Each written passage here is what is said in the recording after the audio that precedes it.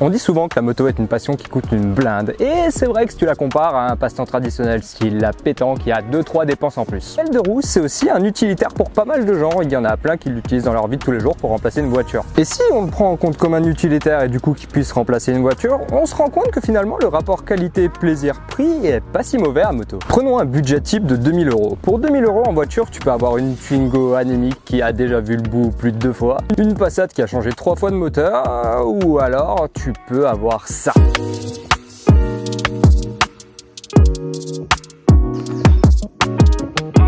Une magnifique machine qui autrefois évoquait l'excellence, la quintessence de la sportivité chez Honda, la fameuse Honda CBR Fireblade. Bon ok, c'est vrai que ce coloris ne fait plus autant rêver aujourd'hui qu'il y a 24 ans. Et que effectivement il y a 2-3 trucs à revoir, du style le rétro ou les clés.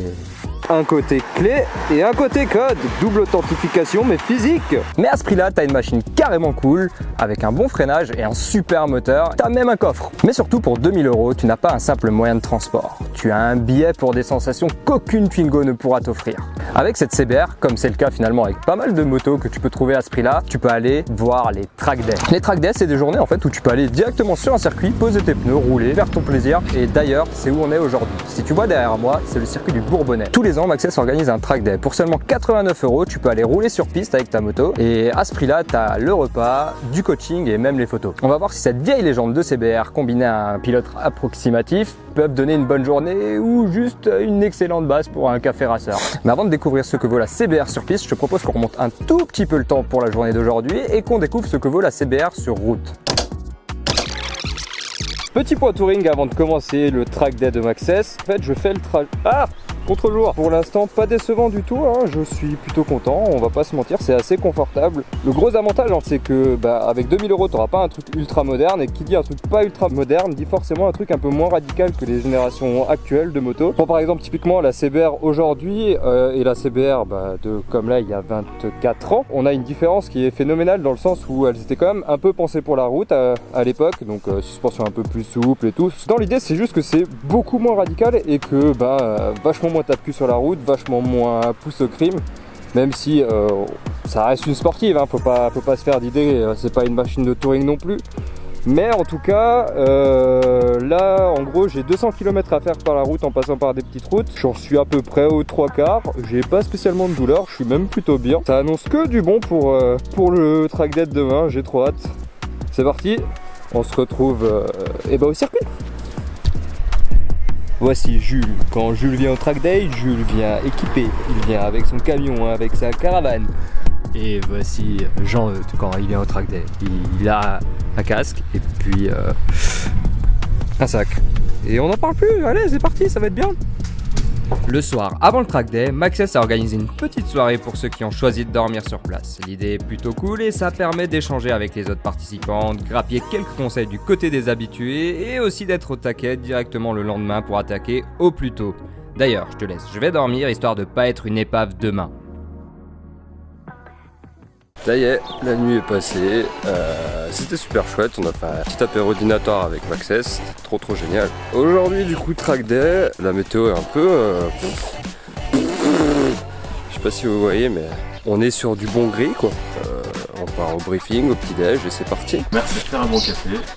Ce qui est bien c'est que sur une moto à ce budget, tu vois pour la prépa piste, hop là, c'est réglé, elle est prête pour la piste. La piste est un peu humide, donc tranquille ce matin. Je vais vous rappeler un petit peu le tracé, les règles de sécurité en fait. D'accord. Donc, je t'entends un peu les connes. L'apéro hier, c'est ce que j'allais dire. Tu veux peut-être arrêter maintenant. Tu veux que je te Excellent.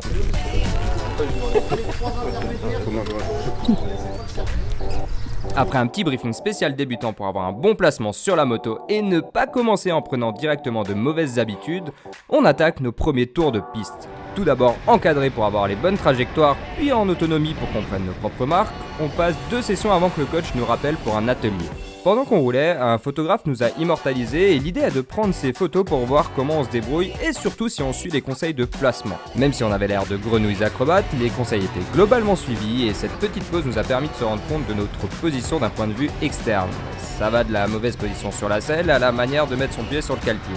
On a tout ce qu'il faut pour attaquer maintenant une dernière session dans la matinée dans les meilleures conditions. Et là, c'est la révélation. Tu sais, le fameux déclic. Déjà, je pars bien plus à l'aise. J'avais tendance à mal placer mon pied, ce qui faisait que je pouvais pas caler ce dernier contre la platine.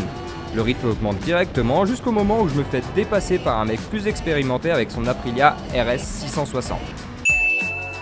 Je me force à mettre dans ses roues et à suivre son rythme. Et le fait de me caler sur ses trajectoires, mais surtout sur ses vitesses de passage, me permettent de me sentir beaucoup plus à l'aise. Si lui il passe, j'espère que ça passe aussi. Je pense que cette session aura été celle où j'ai le plus progressé de la journée, surtout celle où j'ai eu l'impression d'avoir fait le meilleur placement que je pouvais faire avec ces 2000 €. La CBR est certes facile au premier abord, mais elle suit le rythme quand tout s'accélère. Elle plaira sûrement autant aux débutants qu'aux confirmés.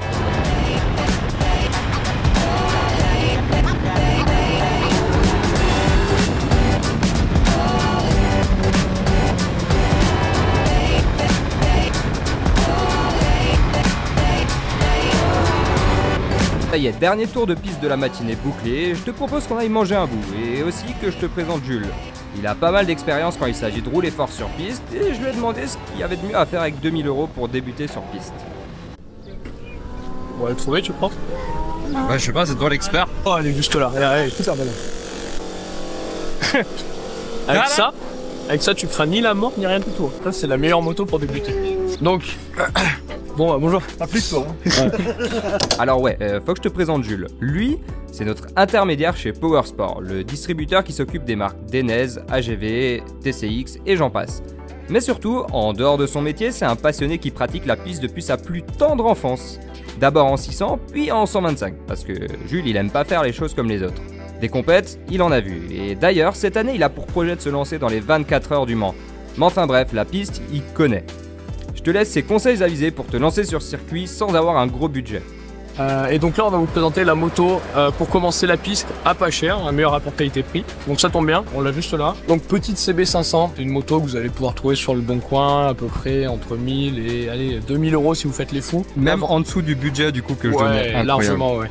L'avantage c'est que c'est peu d'usure de pneus, peu d'usure de plaquettes, une consommation assez faible. Il faut savoir que c'est une moto qui peut rouler très vite. Il y a un championnat en France qui existait jusqu'à l'année dernière encore qui s'appelait la 500 Cup, où je pense que certains 500 faisaient des chronos certains auraient du mal à refaire avec des 600 ou des 1000. Donc la moto, elle a pas trop de limites. C'est un petit peu old school, mais c'est vraiment top pour débuter. Pas peur de la casser. En cas de casse, les pièces coûtent vraiment pas cher, on en trouve partout. C'est une moto très réputée, passer un tas sur route. Donc voilà, donc pour moi, ça, ou sinon après, c'est vraiment la solution beaucoup moins chère, le 125 sur circuit de karting, qui est vraiment une solution, on va dire, aléatoire avant d'accéder à la grande piste. Où là, vraiment, vous allez pouvoir trouver des motos à partir de 500 €, avec des pneumatiques qui vont vous faire 1 an, tellement ça s'use peu, un plein d'essence qui va durer 2 jours. Donc voilà, donc ça c'est vraiment le top. Mais après, voilà, si vous voulez venir sur le grand circuit, pour moi, le 500 CB, ça reste la base du truc.